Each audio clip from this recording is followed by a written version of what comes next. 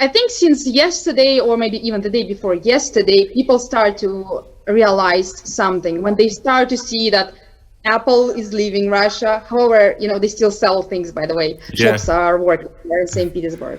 Audi, BMW, I heard a lot of brands leaving Russia right now. Yeah, and people see that. Another thing, people see the rate of Russian ruble, the dollar. They see that a lot of things are going on. Also, they talk to each other. You can hear these talks on the street. You can see people moving with phones, and they watch these videos on Telegram. So it starts reaching people, and this tension, you can notice this. You can notice their faces, the discussions that are held nowadays. So there's definitely fear. Even if you see that Russians are supporting maybe some on internet, you can see this brave, patriots. I think it's mostly psychological defense, because they are so much terrified by what's going on here. Yeah, you were very busy today and yesterday because of the currency. You have to change your money. Not really. We are just preparing. We have a lot of issues actually right now. For example, as I told you, many people are in denial, but I'm not. So I am preparing. I need to buy food. I need to buy as many things as I can, because I know that everything is gonna, devalue very soon. I need to finish a lot of things, process money that I have from my, Patreon, from my supporters. I don't know, because if it's gonna work or no soon. So I need to finalize some things with medicine. My dad, for example, he has diabetes, and right now he needs insulin, and we can't find it. It's not in my city anymore. So this is what we are solving right now. They are calling, and we're thinking. Also, I have friends, and in the same, at the same time, I talk to my Ukrainian friends that need my help right now. Some of them Russian citizens, but they escaped and they need help. So there are a lot of things that are going on in the background that I need, because I have, I have audience and I have tools to help these people. So I have to do this right now. Okay, so I know it's very hard for Russian people too. Because some of them, they don't understand what's happening. They see the aggressor being the West. They see the aggressor being the European Union or NATO. And the aggressor is not there because nobody's bombing Russia right now. Nobody wants to invade Russia right now.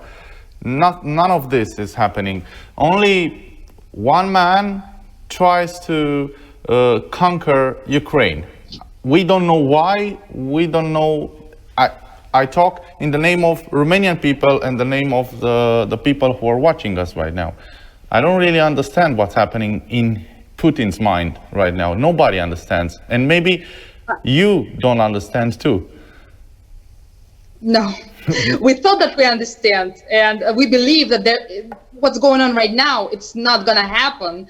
And it's not just, made up thought or something like that. It's based on years of experience and following up with this man, so and the system that he built. So we really believed, based on our knowledge, experience, and everything, that it can happen.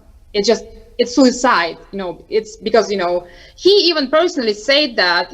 We have one video when he speaks. He says, if there's going to be war between Ukrainians and Russians, that's going to be end. So this is not this is not good. I don't know what are they going to do. I don't know what's going to happen. But I see dead kids, dozens of dead children, and maybe there are lies also from the Ukraine part, because in war everything is allowed,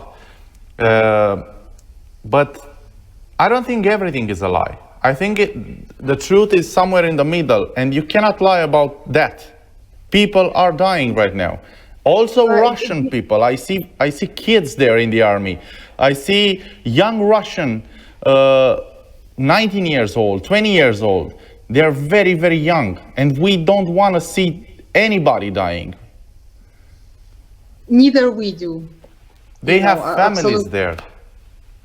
It's We too. That's the funniest part. It's the craziest part in all of this, because so many Ukrainians live here, like millions of them, more than a million, I think, almost 2 million live here, and Russians live there. yes. So yes. it's like we have so many ties. This war doesn't make any sense. Russian war. people from Ukraine are running right now also. Yes. What is this? Some of them stay, by the way. We have one very famous comedian woman. She went there to take part in one show, and she's stuck in Kiev. And Wow. what she does right now is she posts on Instagram every day, telling to Russian people, like to our people, guys, it's true. This is happening. They are bombing Kiev. It's true. It's not fake. And people still don't believe. Jesus. Whew. We here in Romania, we are afraid of the nuclear bomb because Putin said a world without Russia is not a world to be in. Yeah. And Romanian people are very, very peaceful. We didn't attack anybody in our history. We just only protected ourselves.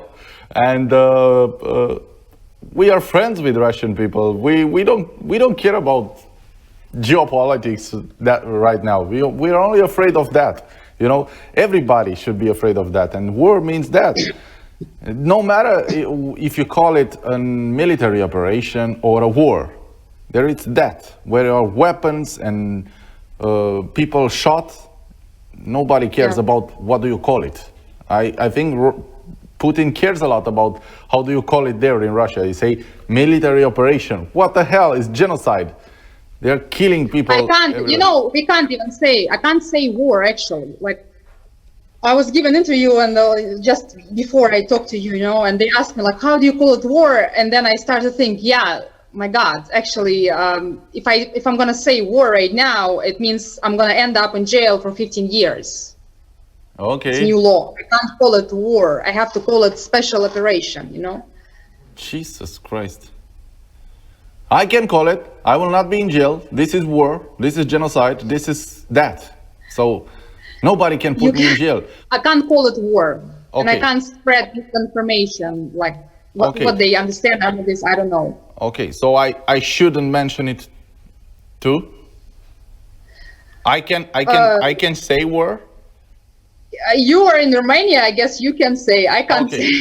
Okay. I called it actually war plenty of times, so I think I'm done already because I have posts about this and I named it and I already stated. I made my statements about this. Okay, so I have to be very careful with you because I don't want to say something that can harm you, or I don't know. We have to be very. I don't think it's related to you. It's just what's important is what I'm gonna say. That's all. Okay. So do you think you're monitored? You're watched. You're being watched right now from somebody, an entity. No, I honestly don't think so. They have other things to take care of, really, bigger things than me. I don't speak Russian. I don't address Russian audience. My audience is foreign, and they don't really care what's going on, in non-Russian speaker field. Where are you right now? Yeah. You're in Moscow right now? No, I'm in St. Petersburg. St. Petersburg. Oh, yep. Yeah, it's Leningrad, former. Yeah, I like very, very good. I'm in love with St. Petersburg. It's a very beautiful city. Probably the most beautiful city in Russia. I think. It's beautiful, but it's not really Russian, like architecture is Italian, everything is foreign. It's like, it's more European than it's Russian, actually, by architecture, I mean, and by everything. Yes. That's great. It's wonderful. And I wanted to go there a few years ago, but it's very expensive, and I'm a poor journalist from Romania, so I can't afford going there. But I promise I will be there very soon, if the war stops. I don't know. Very soon, I think you will be a very rich man here with our currency. Oh, you know, yeah. nowadays. I have 200 euros back home, so I think I can afford some things. Maybe a coffee there, or I don't know. Maybe restaurant even, you know, it's like Russians, they share this video nowadays from this movie. You know this movie, Euro Tour, when Yes. Americans travel to Europe. And remember when they went to the Slovakia, I think, or something, and they're like, we have only $1 or 3 cents. What can we buy with this? And then they start to go to club and restaurants and everything. Yes. So Russians, you know, start to share this thing, like, it's clear it's stress, it's fear, it's a lot of things. So, you know, they try to go to cope with it through this type of humor. Yeah, yeah. Whew. This is, now I'm happy. I'm happy, you know why? Because I'm talking to a Russian person, to a Russian right now, and we are not fighting. We don't have any trouble. We love you. Our audience love you. You're a very beautiful person. Nobody hates Russia. Nobody hates Russian people. Everybody wants to be peace. You, us. I don't know what's happening right now. It's not our will.